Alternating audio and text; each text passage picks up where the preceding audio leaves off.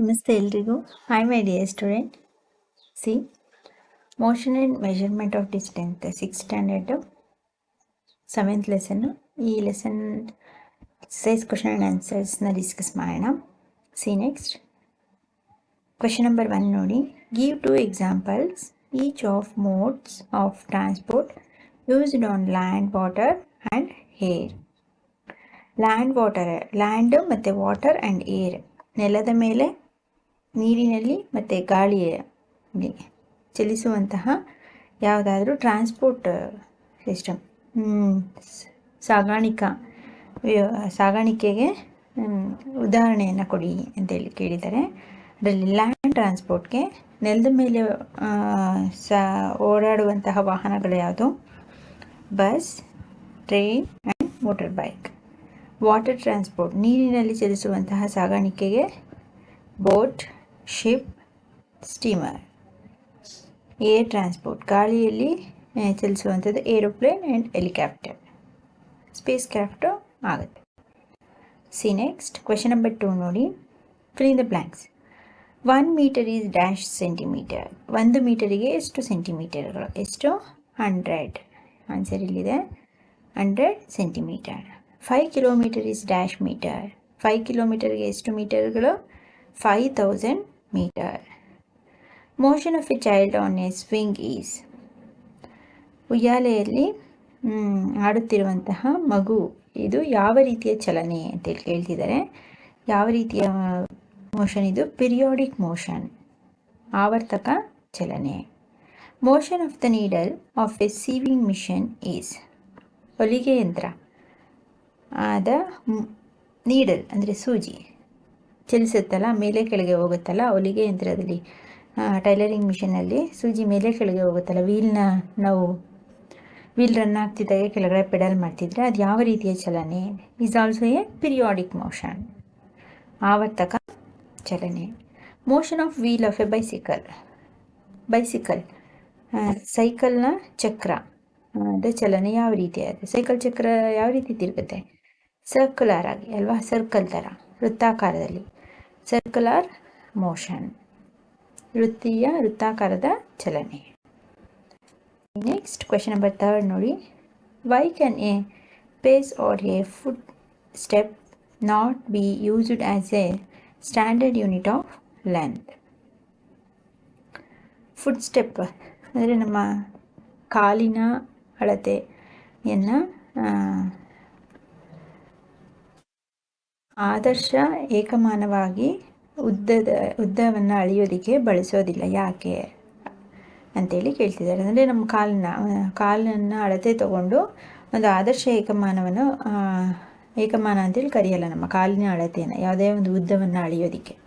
ಯಾಕೆ ಅಂತೇಳಿ. A pace or a foot step not be used as a standard unit of length ಅಂದರೆ ಆದರ್ಶ ಏಕಮಾನವಾಗಿ ನಮ್ಮ ಕಾಲಿನ ಪಾದದ ಅಳತೆಯನ್ನು ಉದ್ದವನ್ನು ಅಳೆಯಲು ಬಳಸುವುದಿಲ್ಲ. ಬಿಕಾಸ್ ಯಾಕೆಂದರೆ the size of a pace and foot step vary from person to person. ಯಾಕೆ ಹೇಳಿ? ಒಬ್ಬ ವ್ಯಕ್ತಿಯಿಂದ ಮತ್ತೊಂದು ವ್ಯಕ್ತಿಯ ಪಾದಗಳು ಒಬ್ಬರದ್ದು ದೊಡ್ಡದೇ ಇರುತ್ತೆ, ಒಬ್ಬರದ್ದು ಚಿಕ್ಕದಿರುತ್ತೆ. ವ್ಯತ್ಯಾಸ ಇರುವುದರಿಂದ this will lead to confusion while measuring the lengths. ಈ ರೀತಿಯ ಒಬ್ಬೊಬ್ಬರು ಪಾದದಲ್ಲೂ ಉದ್ದವನ್ನು ಅಳಿತಾ ಹೋದರೆ ಒಬ್ಬರು ಚಿಕ್ಕ ಇರುತ್ತೆ,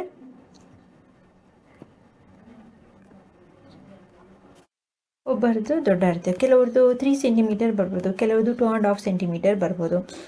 ಅದು ಏನಾಗುತ್ತೆ? ಕನ್ಫ್ಯೂಷನ್ ಆಗುತ್ತೆ. ಒಂದು ನಿರ್ದಿಷ್ಟವಾದ ಉದ್ದವನ್ನು ಅಳಿಬೇಕು ಅಂದರೆ ಒಬ್ರದ್ದು ಕಡಿಮೆ ಬರುತ್ತೆ, ಒಬ್ರದ್ದು ಉದ್ದ ಬರುತ್ತೆ. ಎಕ್ಸಾಕ್ಟ್ ಲೆಂತ್ ಎಷ್ಟು, ನಿರ್ದಿಷ್ಟವಾದ ನಿಖರವಾದ ಉದ್ದ ಎಷ್ಟು ಅಂತ ಹೇಳಿ ತಿಳ್ಕೊಳ್ಳೋದಕ್ಕೆ ತುಂಬ ಕನ್ಫ್ಯೂಷನ್ ಆಗುತ್ತೆ.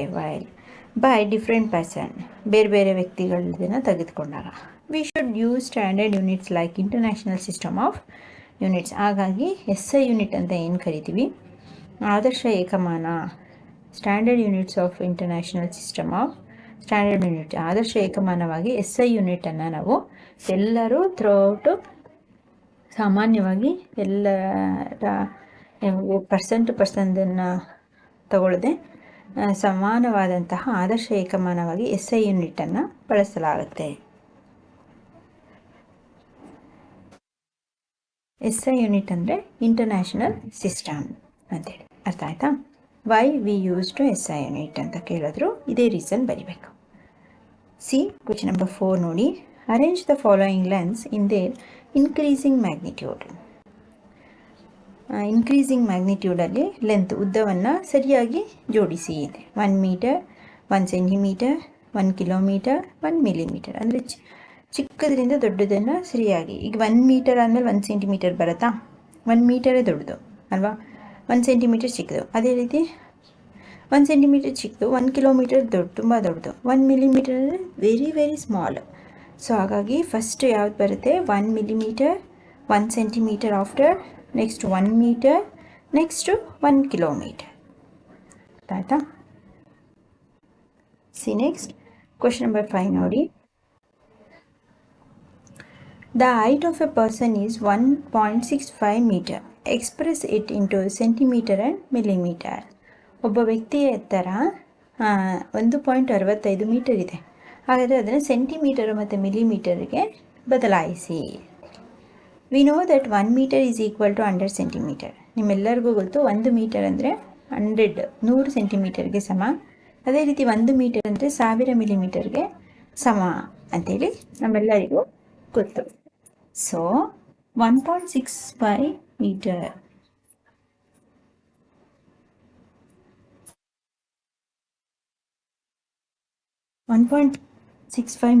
Is equal to 1.6 into 100. ಅದನ್ನು ಮಲ್ಟಿಪ್ಲೈ ಮಾಡಿದ್ರೆ 165 ಸೆಂಟಿಮೀಟರ್ ಆಗುತ್ತೆ. ಸೆಂಟಿಮೀಟರ್ ಎಷ್ಟು ಬರುತ್ತೆ? 165 ಆಗುತ್ತೆ. And 1.6 metre is equal to 1.6 into 1000 multiply ಮಾಡಿದ್ರೆ 1650 ಮಿಲಿಮೀಟರ್ ಬರುತ್ತೆ. ಆಯ್ತಾ? ಸಿ ನೆಕ್ಸ್ಟ್ ಕ್ವೆಶ್ಚನ್ ನಂಬರ್ 6 ನೋಡಿ. The distance between Radha's home and our school is 3250 metre. ರಾಧಾಳ ಮನೆಗೂ ಮತ್ತು ಅವಳ ಸ್ಕೂಲ್ಗೂ ಎಷ್ಟು ದೂರ ಇದೆ? 3250 ಮೀಟರ್ ಇದೆ. Express this distance into kilometre. ಈ ಉದ್ದವನ್ನು ಕಿಲೋಮೀಟರ್ನಲ್ಲಿ ತಿಳಿಸಿ ಅಂತೇಳಿ. We know that 1 metre is equal to 1/1000 kilometre. So 3250 metre is equal to, ಇಲ್ಲಿಗೆ ಏನೋ ಕಿಲೋಮೀಟರ್ನಲ್ಲಿ ಮಾಡೋದಕ್ಕೆ ಇಲ್ಲಿ ಕೊಟ್ಟಿರ್ತಕ್ಕಂತಹ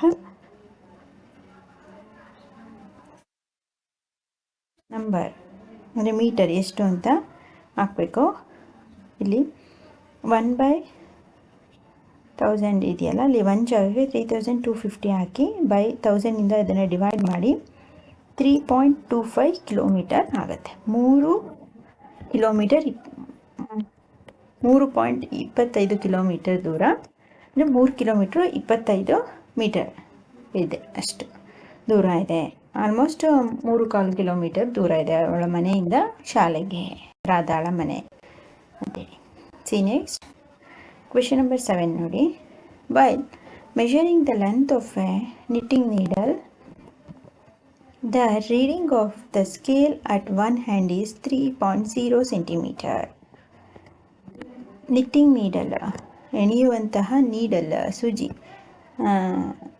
ಬುಟ್ಟಿ ಎಣಿಯುವಂಥದ್ದು ಅಥವಾ ಉಲ್ಲನ್ ಹಾಕುವಂತಹ ಸೂಜಿ ಇದೆಯಲ್ಲ, ಅದರ ಸ್ಕೇಲ್ದು ಉದ್ದ ಎಷ್ಟಿದೆ? ಅದರ ಹಿಂಡು 3.0 ಸೆಂಟಿಮೀಟರ್ ಅಂದರೆ 3 ಸೆಂಟಿಮೀಟರ್ ಇದೆ. And at the other end, ಅದರ ಮತ್ತೊಂದು ತುದಿ 33.1 ಸೆಂಟಿಮೀಟರ್. ಅದರ ಮತ್ತೊಂದು ತುದಿಯಲ್ಲಿ 33.1 ಸೆಂಟಿಮೀಟರ್ ಇದೆ. What is the length of the needle? ಹಾಗಾದರೆ ಆ ಸೂಜಿಯ ಉದ್ದವೆಷ್ಟು? The length of the needle is 33.1 centimeter is minus to 3.0 centimeter is equal to 30.1 centimeter. ಅಲ್ಲಿಗೆ ಆ ಸೂಜಿಯ ಉದ್ದ ಎಷ್ಟು? 30.1 centimetre.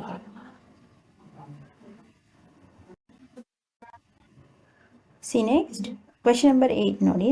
Right the similarities and differences between the motion of a bicycle and a ceiling fan that has been switched on. Differences: motion of a bicycle, ಚಲಿಸುತ್ತಿರುವಂಥ bicycle ಮತ್ತು ceiling fan, ಇವೆರಡು ಮತ್ತು ತಿರುಗುತ್ತಿರುವಂಥ fan switch on ಮಾಡಿದರೆ ಅವೆರಡಕ್ಕೂ ಇರುವಂತಹ ಸಿಮಿಲಾರಿಟೀಸು ಮತ್ತು differences ಏನು ಅಂತೇಳಿ. Similarities: both show A circular motion. Both ಇವೆರಡೂ ಸಹ ಯಾವ ರೀತಿಯ ಚಲನೆಯನ್ನು ಮಾಡುತ್ತೆ? ಸೈಕಲ್ಲು ಮತ್ತು ಫ್ಯಾನು ಸರ್ಕ್ಯುಲರ್ ಮೋಷನ್, ಆವೃತ್ತಿಯ ಚಲನೆಯಲ್ಲಿ ಚಲಿಸುತ್ತೆ, ಸರ್ಕ್ಯುಲರ್ ಮೋಷನಲ್ಲಿ. Differences: bicycle show a rectilinear motion, ಆದರೆ ಬೈಸಿಕಲ್ ರೆಕ್ಟಿಲಿನಿಯರ್ ಸರಳ ರೇಖೆಯ ರೀತಿಯಲ್ಲಿ ಒಂದೇ ಸಮನಾಗಿ ಅದು ಎಲ್ಲೋ ಆ ಕಡೆ ಈ ಕಡೆ ಹೋಗದೆ ಚಕ್ರ ತಿರುಗ್ತಾನೇ ಇರುತ್ತೆ ಸೈಕಲ್ ಅಲ್ವಾ, ರೆಕ್ಟಿಲಿನಿಯರಲ್ಲಿ. Versus a ceiling fan does not, ceiling fan ಆಗಲ್ಲ, ಅದು ಈ ರೀತಿ ತಿರುಗುತ್ತೆ ಅಲ್ವಾ, ಈ ರೀತಿ ತಿರುಗತ್ತೆ. ಸಿ ನೆಕ್ಸ್ಟ್ ಕ್ವೆಶ್ಚನ್ ನಂಬರ್ 9 ನೋಡಿ. Why could you not use a elastic measuring tape to measure distance? Elastic ರಬ್ಬರ್ದು ಬರುತ್ತಲ್ಲ ಆ ಥರ ಎಲಾಸ್ಟಿಕ್ ಅಥವಾ ರಬ್ಬರ್ ನಂತಹ ವಸ್ತುವನ್ನು ಯಾವುದೇ ವಸ್ತುವನ್ನು ಅಳತೆ ಮಾಡೋದಕ್ಕೆ, ಮೆಷರ್ ಮಾಡೋದಕ್ಕೆ ಉಪಯೋಗಿಸುವುದಿಲ್ಲ. ಅಂದರೆ ಉದ್ದವನ್ನು ಅಥವಾ ದೂರವನ್ನು ಅಳೆಯೋದಕ್ಕೆ ಅಳತೆ ಮಾಪನವಾಗಿ ಬಳಸುವುದಿಲ್ಲ, ಯಾಕೆ? What would be some of the problems you would meet in telling someone about a distance you measured with an elastic tape? ಒಂದು ವೇಳೆ ಅದನ್ನು ಎಲಾಸ್ಟಿಕ್ಕನ್ನ ಬಳಸಿದ್ರೆ ಯಾವ ರೀತಿಯ ತೊಂದರೆಗಳು ಉಂಟಾಗುತ್ತೆ ಉದ್ದವನ್ನು ಅಳಿಬೇಕಾದ್ರೆ ಎಲಾಸ್ಟಿಕ್ ಟೇಪನ್ನು ಬಳಸಿ ಅಳತೆ ಮಾಡೋದ್ರಿಂದ ಅಂತೇಳಿ. Since the tape is stretchable, tape ಏನು, ಎಲಾಸ್ಟಿಕ್ ಟೇಪ್ ಸ್ಟ್ರೆಚಬಲ್, ನೀವು ಎಳೆದಾಗ ಉದ್ದ ಆಗುತ್ತೆ ಮತ್ತು ಬಿಟ್ಟಾಗ ಚಿಕ್ಕದಾಗ್ಬಿಡುತ್ತೆ. ಹೇಗೆ ಅಳತೆ ಮಾಡೋದ್ರಲ್ಲಿ ಯಾವುದು ಎಷ್ಟು ಉದ್ದ ಇದೆ ಅಂತೇಳಿ? It will be show the same measurements for different length, ಇದು ಒಂದೊಂದು ಅಳತೆಯನ್ನು ಒಂದೊಂದು ರೀತಿಯಲ್ಲಿ ತೋರಿಸುತ್ತೆ. ನೀವು ಸ್ಟ್ರೆಚ್ ಮಾಡಿದಾಗ ಉದ್ದ ಅನಿಸುತ್ತೆ, ಬಿಟ್ಟಾಗ ಚಿಕ್ಕದಾಗುತ್ತೆ, ನಿಖರವಾದ ಅಳತೆನೇ ಗೊತ್ತಾಗಲ್ಲ ಎಲಾಸ್ಟಿಕ್ ಟೇಪಲ್ಲಿ ಅಳಿಯಾಕೋದು. Therefore we cannot use it as measuring tape, ಹಾಗಾಗಿ ನಾವು ಎಲಾಸ್ಟಿಕ್ ಟೇಪನ್ನು ಮೆಷರಿಂಗ್ ಟೇಪ್ ಆಗಿ ಬಳಸಲ್ಲ. While measuring a distance we need to tell someone how much tape has been stretched which is difficult to measure. ಒಂದು ವೇಳೆ ನಾವು ಆ ಅಳತೆಯನ್ನು ಮಾಡೋದಕ್ಕೆ, ದೂರವನ್ನು ಉದ್ದವನ್ನು ಅಳತೆ ಮಾಡೋದಕ್ಕೆ ಎಲಾಸ್ಟಿಕ್ ಟೇಪನ್ನು ಏನಾದ್ರು ಬಳಸಿದ್ರೆ ಅದು ಸ್ಟ್ರೆಚ್ಡ್, ಹಿಗ್ಗುತ್ತೆ, ಅದು ಎಳೆದಾಗ ಹಿಗ್ಗುತ್ತೆ ಮತ್ತು ಕುಗ್ಗುತ್ತೆ, ಇದರಿಂದ ಡಿಫಿಕಲ್ಟ್ ಟು ಮೆಷರ್, ನಿಖರವಾಗಿ ಅದರ ಅಳತೆಯನ್ನು ತಿಳ್ಕೊಳ್ಳೋದು ಕಷ್ಟ ಆಗುತ್ತೆ. It leads to incorrect measurement, ಇದರಿಂದ ಏನಾಗುತ್ತೆ, ಸರಿಯಾದ ಅಳತೆ ದೊರೆಯುವುದಿಲ್ಲ, ಇನ್ಕರೆಕ್ಟ್ ಮೆಷರ್ಮೆಂಟ್ ಸಿಕ್ಬಿಡುತ್ತೆ ನಮಗೆ, ಕರೆಕ್ಟಾಗಿ ಎಕ್ಸಾಕ್ಟಾಗಿ ಎಷ್ಟಿದೆ ನಿಖರವಾಗಿ ಅಂತೇಳಿ ಗೊತ್ತಾಗಲ್ಲ. ಸಿ ಕ್ವೆಶ್ಚನ್ ನಂಬರ್ 10 ನೋಡಿ. Give 2 examples of periodic motion, ಆವರ್ತಕ ಚಲನೆ. ಪಿರಿಯಾಡಿಕ್ ಮೋಷನ್ಗೆ 2 ಎಕ್ಸಾಂಪಲ್ಸ್ನ ಕೊಡಿ ಅಂತ ಕೇಳಿದ್ದಾರೆ. ರೊಟೇಷನ್ ಆಫ್ ಅರ್ತ್, ತಿರುಗುವ ಭೂಮಿ. Pendulum, vibrating wire of guitar, ಗಿಟಾರ್ನಲ್ಲಿ ವೈಬ್ರೇಟ್ ಮೀಟುವ ತಂತಿ, ಎಕ್ಸೆಟ್ರಾ. ತಬಲಾ ಇದೆಲ್ಲ ಕೊಡ್ಬೋದು ಪಿರಿಯಾಡಿಕ್ ಮೋಷನ್ಗೆ. ರೊಟೇಷನ್ ಆಫ್ ಅರ್ತ್, ಪೆಂಡುಲಮ್ ಇದೆ, ವೈಬ್ರೇಟಿಂಗ್ ವೈರ್ ಆಫ್ ಗಿಟಾರ್ 3 ಕೊಟ್ಟಿದ್ದಾರೆ. ನಿಮಗೆ ಯಾವ್ದು ಈಸಿ ಅನಿಸುತ್ತೆ ಎರಡು? Come dear student, this to motion and measurement of distance ಈ ಲೆಸನ್ನ complete exercise question answers solution. And ನಾನು ಲೆಸನ್ ಮಾಡಬೇಕಾದ್ರೆ ನಿಮಗೆ ತುಂಬ ಹೋಮ್ವರ್ಕ್ ಕ್ವಶನ್ಸ್ನ ಕೊಟ್ಟಿರ್ತೀನಿ ಇನ್ ಟೆಕ್ಸ್ಟ್ ಬುಕ್ಕಲ್ಲಿ, ಅದಕ್ಕೂ ಸಹ ಆನ್ಸರ್ ಮಾಡಿಕೊಂಡು ಅಡಿಷನ್ ಕ್ವಶನ್ಸ್ ಅಂತೇಳಿ ಇದಾದಮೇಲೆ ನೋಟ್ಸಲ್ಲಿ ಬರ್ಕೊಳ್ಳಿ, ತುಂಬ ಹೆಲ್ಪ್ ಆಗುತ್ತೆ ನಿಮಗೆ ಇಯರ್ ಕ್ಲಾಸಸ್ಗೆಲ್ಲ ಈ ಥರ ಮಾಡ್ತಾ ಹೋದರೆ. ಆ್ಯಂಡ್ ನಿಮ್ಮ ಸ್ಕೂಲ್ಗಳಲ್ಲಿ ಟೆಸ್ಟ್ಗಳಲ್ಲೆಲ್ಲ ಟೆಕ್ಸ್ಟ್ ಬುಕ್ ಇನ್ಸೈಡ್ ಕ್ವಶನ್ಸ್ ಕೊಟ್ಟರೆ ಅದೆಲ್ಲ ಯೂಸ್ ಆಗುತ್ತೆ. ಆದಷ್ಟು ಈ ವಿಡಿಯೋಸ್ನ ನಿಮ್ಮ ಫ್ರೆಂಡ್ಸ್ಗಳು, ಈವನ್ ಕನ್ನಡ ಮೀಡಿಯಮಲ್ಲಿ, ಇಂಗ್ಲೀಷ್ ಮೀಡಿಯಮಲ್ಲಿ ಅವರಿಗೂ ಶೇರ್ ಮಾಡಿ, ಅವರು ಈಸಿಯಾಗಿ ಅರ್ಥ ಮಾಡಿಕೊಂಡು ನೋಟ್ಸ್ ಮಾಡಿಕೊಂಡು ಕಲ್ತ್ಕೊಳ್ಳಿ. ಅಂದರೆ ನೋಟ್ಸು ಕನ್ನಡ ಮೀಡಿಯಮ್ ಅವ್ರಿಗೆ ಸ್ವಲ್ಪ ಅಷ್ಟೇ ಇದಾಗಲ್ಲ, ಬಟ್ ಬೇರೆ ಲೆಸನ್ ವೀಡಿಯೋಸ್ ಎಲ್ಲ ಇಂಗ್ಲೀಷ್ ಮೀಡಿಯಮ್ ಅವರು ಕೇಳಿಸ್ಕೊಂಡು ಅರ್ಥ ಮಾಡ್ಕೋಬೋದು. ಸೊ ಹಾಗಾಗಿ ನಿಮ್ಮೆಲ್ಲ ಫ್ರೆಂಡ್ಸು ಸ್ಟೂಡೆಂಟ್ಸ್ಗಳಿಗೆಲ್ಲರೂ ಸಬ್ಸ್ಕ್ರೈಬ್ ಮಾಡಿಕೊಂಡು ಆದಷ್ಟು ಶೇರ್ ಮಾಡ್ಕೊಳ್ಳಿ. ಆಗ ನೀವು ಲೆಸನ್ನ ಕೇಳಿ ಅರ್ಥ ಮಾಡ್ಕೊಳ್ಳೋದಕ್ಕೆ ಈಸಿ ಆಗುತ್ತೆ. ಸೈನ್ಸ್ ಅಷ್ಟು ಟಫ್ ಅನ್ಸಲ್ಲ ಅರ್ಥ ಆದರೆ. ಓಕೆನಾ? Okay my dear student, thank you.